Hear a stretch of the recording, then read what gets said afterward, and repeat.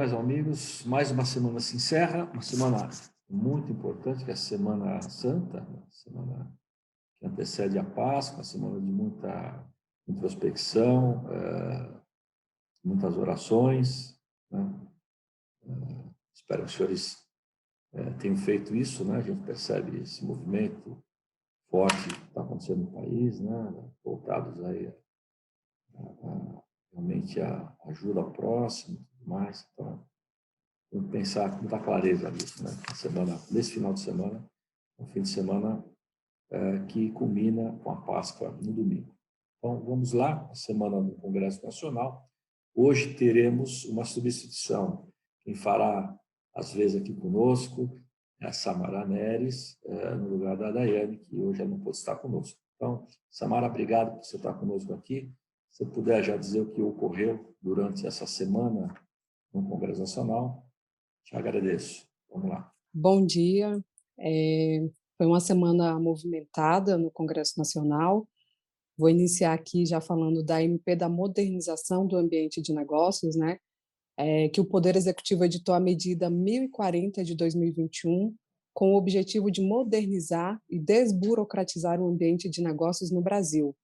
O texto enviado ao Congresso Nacional promove diversas mudanças na legislação para simplificar a abertura de empresas, facilitar o comércio exterior e ampliar as competências das Assembleias Gerais de Acionistas.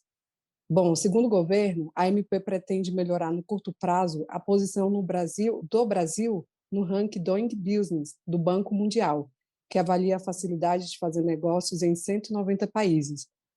Atualmente, o Brasil ocupa a posição 124, atrás de países como economias menores, como Bélgica e Armênia. Presidente Sérgio, qual que é o impacto efetivo da medida, né, para a melhoria do ambiente de negócios no Brasil? O que o senhor acha? Bom, é importante, sim, pensar na modernização do ambiente de negócio. Para mim é fundamental, né? Eu li a MP, né, se passar na íntegra, ela tem algumas coisas interessantes que a gente percebe naquelas medidas, por exemplo, a unificação de cadastros pelo CNPJ, né? No momento que você faz esse cadastro, você já não tem a necessidade de fazer tanto as que são dos estados e as municipais, né? Então, você faz de uma única forma. E coisas desse tipo. Então, o objetivo é agilizar, usando critérios hoje reconhecidos internacionalmente de registros de empresas em outros países, que funcionam de forma muito adequada. Então, é uma medida louvável, salutar, e que trará, sem dúvida nenhuma, uma agilização e uma melhora no ambiente de negócio, levando ao encontro do objetivo do país, que é de melhorar sua posição dentro do ranking do Business do Banco Mundial. E que, inclusive, presidente, a FENACON é bastante atuante, né, nesse relatório do Banco Mundial também, não é isso? Nós temos, sim, há alguns anos já, somos procurados todo ano, né? A FENACON é um órgão oficial para fazer o levantamento relativos à questão tributária no país, quer dizer, a burocracia e o tempo que se gasta hoje para cumprir todas as obrigações tributárias do país. Então, já há alguns anos, o governo brasileiro, o executivo do Brasil, tem nos indicado ao Banco Mundial para poder levar aos respondentes todos os relatórios, né, sobre essa temática e fazer a apuração desses dados com base nessas apurações. Então, a gente tem contribuído, sim, de forma muito efetiva também nesse relatório do Banco Mundial. Tudo bem, presidente. Dando sequência, uma outra pauta que foi bastante repercutida ao longo dessa semana é sobre a reforma tributária, né, que a FENACON também acompanha bastante.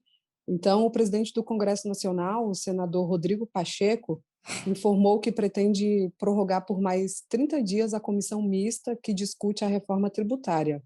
O objetivo é permitir que deputados e senadores concluam um texto de acordo, reunindo as propostas em discussão na Câmara, que é a PEC 45/2019, e em discussão no Senado, a PEC 110 de 2019. Rodrigo Pacheco lembrou que ele e o presidente da Câmara, Arthur Lira, do PP Alagoas, consideram a proposta uma prioridade do Congresso Nacional.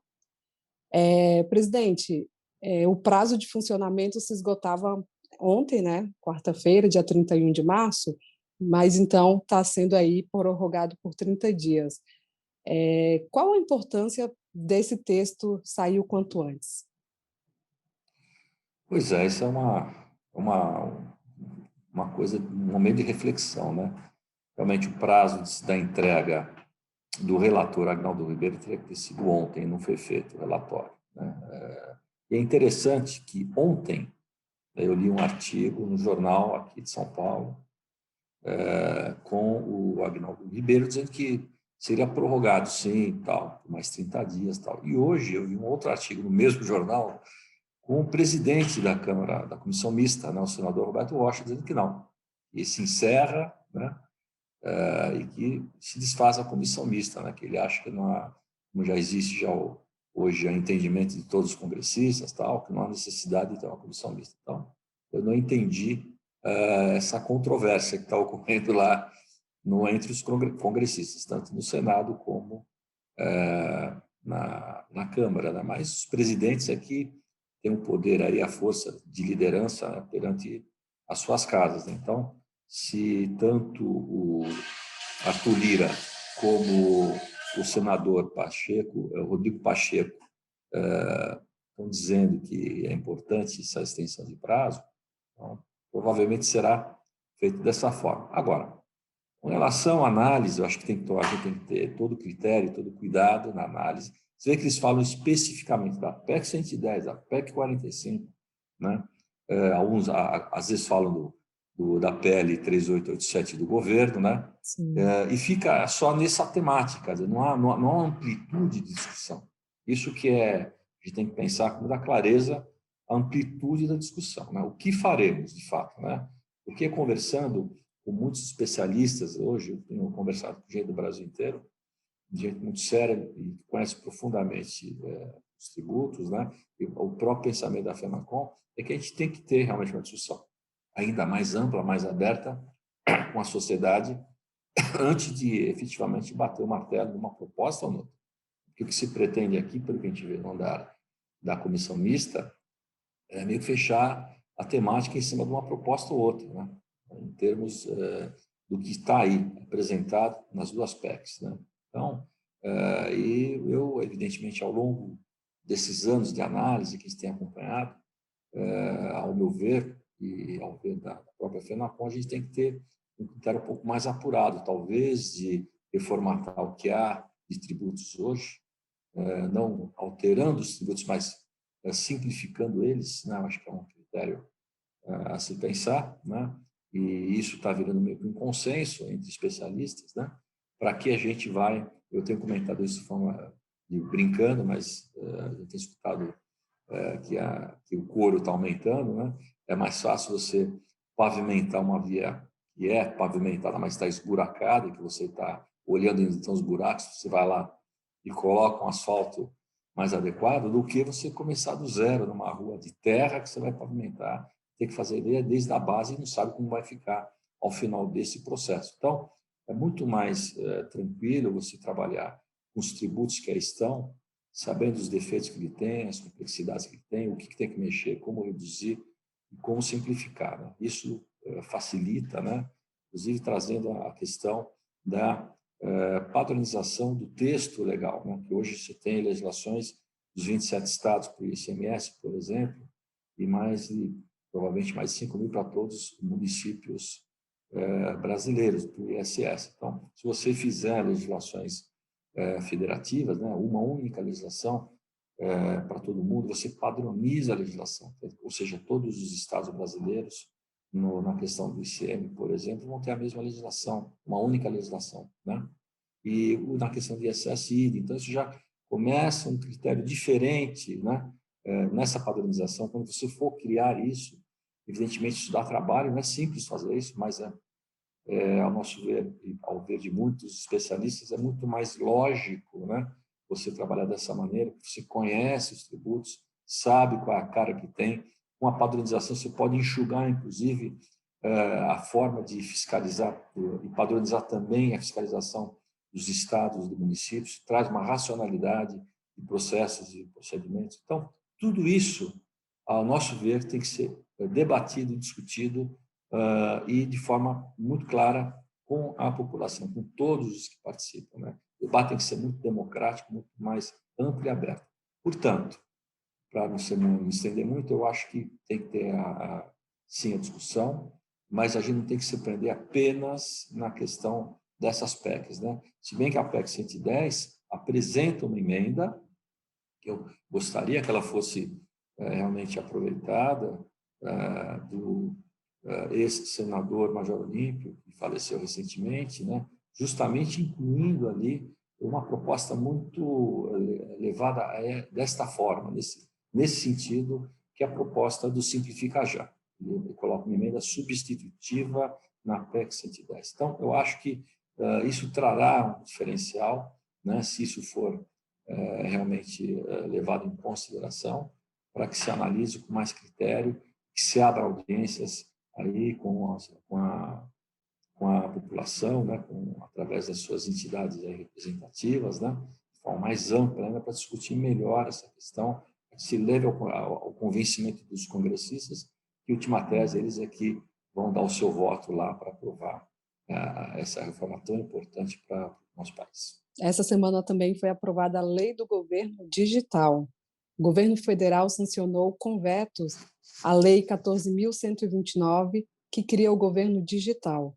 A legislação estabelece regras e instrumentos para a prestação digital de serviços públicos que deverão estar acessíveis também em aplicativos pelo celular.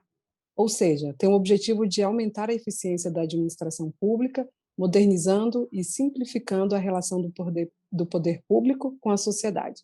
A lei foi publicada no Diário Oficial da União na última terça-feira, dia 30, e os vetos serão avaliados posteriormente pelos congressistas.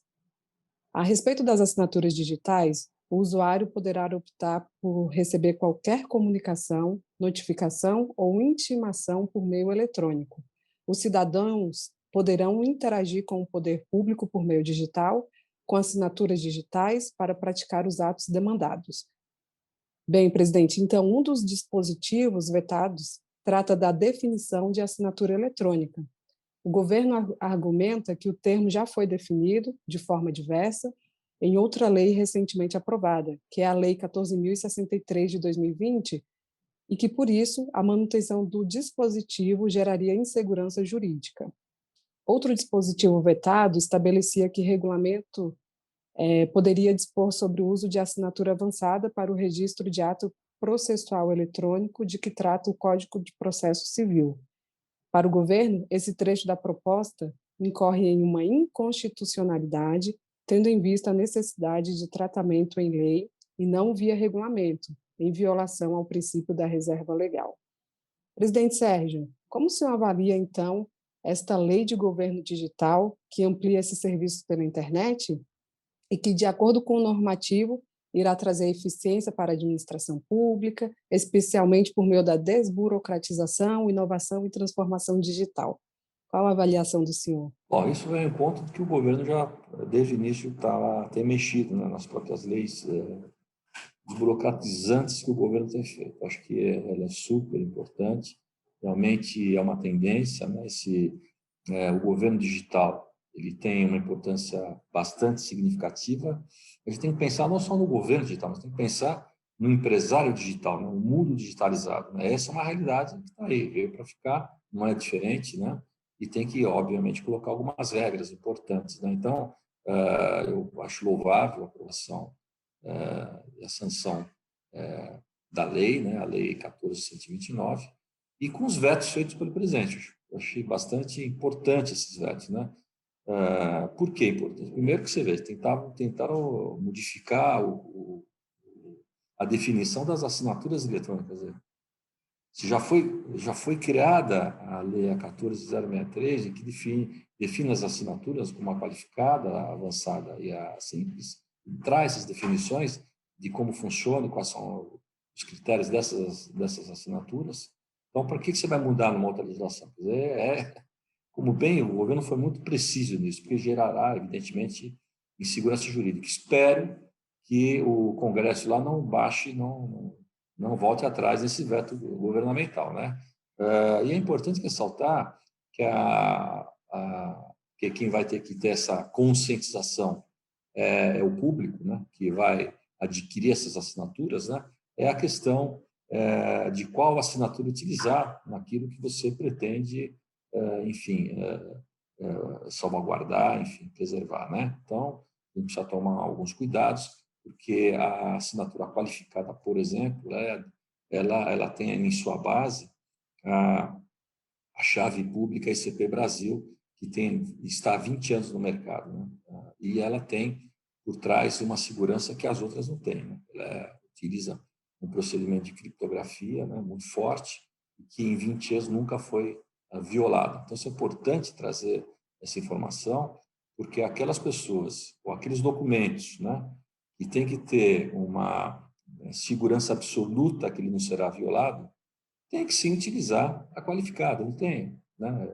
Eu falo com muita tranquilidade disso, até porque nós temos uma certificadora, né, ICP Brasil, e estamos trabalhando para ter a avançada também. Então, para mim, comercialmente falando, tanto faz fazer com uma ou com outra, mas a gente precisa ter esse cuidado, porque tem situações em que a qualificada ela é muito mais, protege mais aquele documento, né, o que for, e o cidadão precisa pensar nisso, né?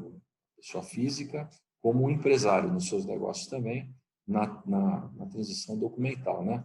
E veja bem, o governo também que botou um veto, né, sobre a utilização da assinatura avançada em registro de ato processual eletrônico, né? Que trata o Código de Processo Civil. Olha que interessante. Por quê? Porque a maioria das operações de governo, as importantes, que tratam de arquivos, documentos que tem que ter um cuidado maior, sem exceção, a maioria são tratados através da, da, da certificação ICP Brasil, há 20 anos. Então, se você pegar toda a legislação desde lá até hoje, sempre fala, mesmo com essa última de 2020, que incorpora as assinaturas avançada e simples, mesmo ali o governo, nos produtos mais de governo desses relevantes, desses que tem que ter uma guarda mais específica, ele fala em assinatura qualificada, né? Arquivos de Receita Federal, né? SPEDs e coisas desse tipo, né? Por exemplo. Então, a importância disso é tentar levar essa comunicação a quem? A quem vai, de fato, adquirir esses serviços, né? Que são que as pessoas e as empresas, né? Elas precisam saber qual é o diferencial de segurança que cada uma dessas assinaturas trarão aos seus negócios e qual o grau de importância que ela tem naquele documento, naquela ação de arquivo que ele precisa ter de guarda, né? Se for coisas que não há tanta necessidade, um grau de segurança muito maior, talvez ele possa utilizar uma avançada, mas, no geral, para a segurança efetiva, ele tem que se preservar e usar a qualificada. Até pensando em coisas diversas, como a própria Lei Geral de Proteção de Dados Pessoais, que aí sim é uma questão importante, né? Isso, em alguns casos, a assinatura avançada também está nesse registro, ela é permitida, mas tem situações que você precisa pensar com critério, né? Informações sensíveis, por exemplo, como eu vou guardar isso, de que maneira, né? Vou usar qual critério tecnológico para me proteger mais. Então, acho que esse é o comentário que eu tenho a fazer dessa lei, mas louvável a aprovação do governo, da lei do governo digital. Importante avanço, né, presidente? Dando sequência, mais um acontecimento também que teve bastante relevância essa semana, presidente, é que o plenário da Câmara dos Deputados aprovou na quarta-feira o projeto de lei 639 de 2021 do deputado Rubens Bueno, que prorroga até 31 de julho deste ano o prazo para a entrega da declaração do imposto de renda de 2021. O prazo atual acaba em 30 de abril. Então, a proposta segue agora então para análise do Senado. Segundo o substitutivo do relator, o deputado Marcos Aurélio Sampaio, do MDB Piauí, o cronograma de restituições não mudará, com o primeiro lote sendo entregue em 31 de maio. O texto autoriza ainda o pagamento da cota única ou das cotas vencidas até 31 de julho, sem acréscimo de juros ou penalidade de qualquer natureza. Para o Rubens Bueno, a prorrogação é necessária devido ao aumento das restrições decretadas na tentativa de conter o contágio pela Covid-19. O parlamentar lembrou que muitas pessoas precisam circular nas ruas para buscar notas fiscais e documentos, pondo-se em risco de contaminação. Bueno observou ainda que vários contabilistas declararam apoio ao projeto. Presidente, inclusive a Fenacon, é isso? Recentemente também entrou com esse pleito de pedir aí o adiamento da entrega da declaração do imposto de renda. Como que o senhor avalia esse pleito aí do deputado? Bom, primeiro que eu não vejo necessidade de um projeto de lei para isso. Simplesmente a Receita Federal, no passado, nós solicitamos isso, eles foram sensíveis e falaram, não, vamos prorrogar. Eu não tenho dúvida que ela vai prorrogar também.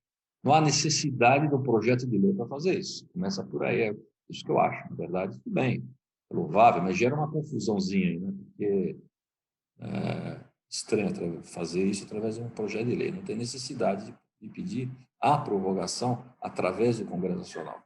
Acho que é uma questão de conversar, né? E a Receita Federal, tenho certeza absoluta, porque ela já está se sensibilizando com prazos que estão sendo postergados. O DEFIS, por exemplo, terminava agora em março, ficou para julho, então eles estão postergando os prazos, sem dúvida nenhuma.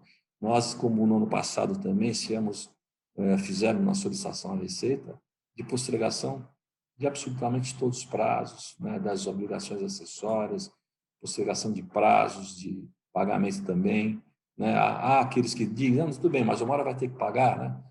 Tudo bem, mas que se parcele, enfim, crie alguma outra alternativa, né?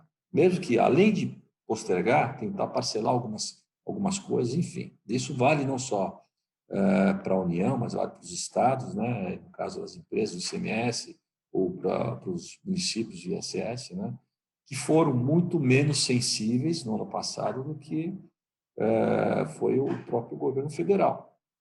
O governo federal foi que tomou a iniciativa primeiro de postergação de prazos, né? E demorou um pouco mais, tanto os estados como os municípios, né? E a gente espera que esse ano a coisa mude. Você vê que a entrega dos pagamentos de impostos do Simples Nacional também já foram para frente. Já teve uma aderência do município e do estado, quer dizer, não houve esse para esse ano, 2021, né? Então, a gente acredita que isso é importante, sim, essa sensibilidade. Creio que os nossos representantes daquelas casas lá têm essa definição, obviamente tem que ter o aval do Ministério da Economia, mas eu não vejo que vá haver de forma contrária, né, recusa nisso, né, uma briga com relação a isso. Acho que não.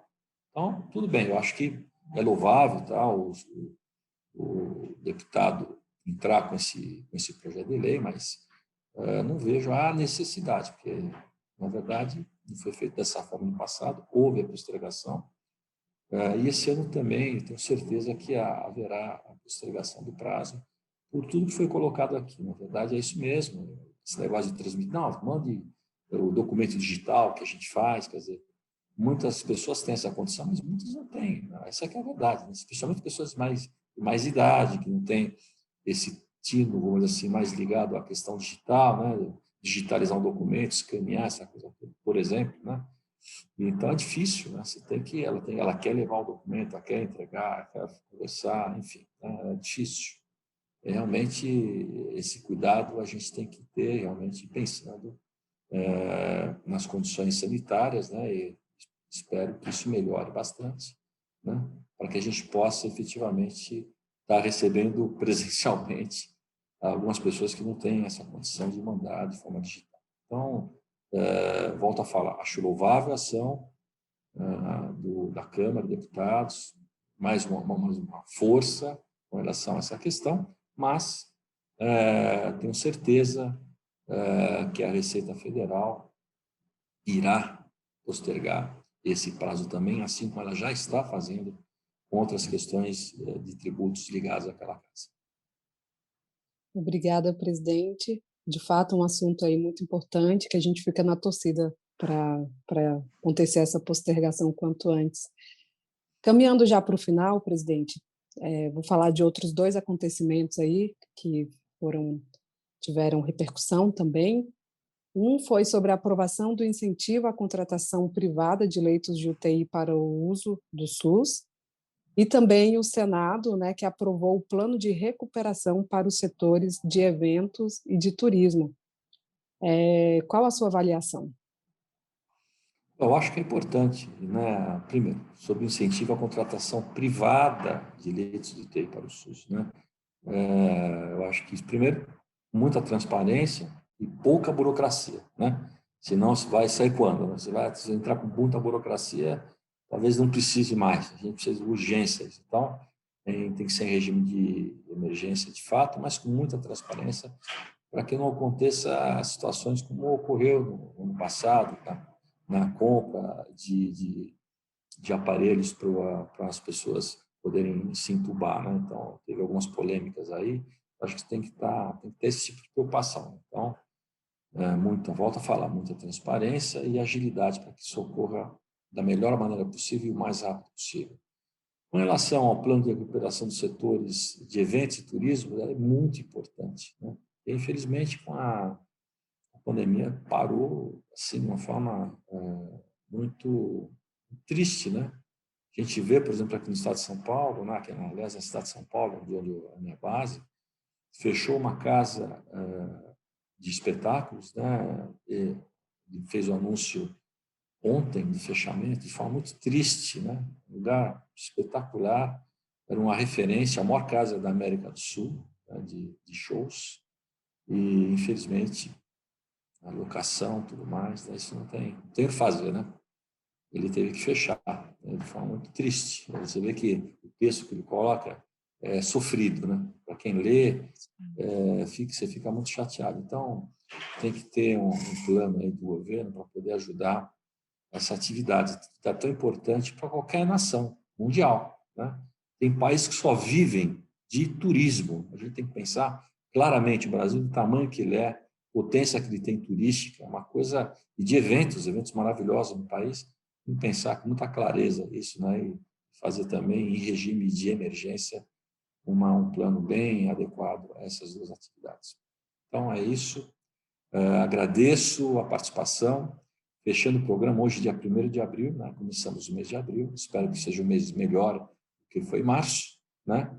E vindo agora com esse fim de semana, véspera desse fechamento de Semana Santa, extremamente importante a todos nós. Ok? Então, fique com Deus, tenham uma boa Páscoa a todos aí que nos veem, que nos ouvem, e um abraço aos senhores, até a próxima semana.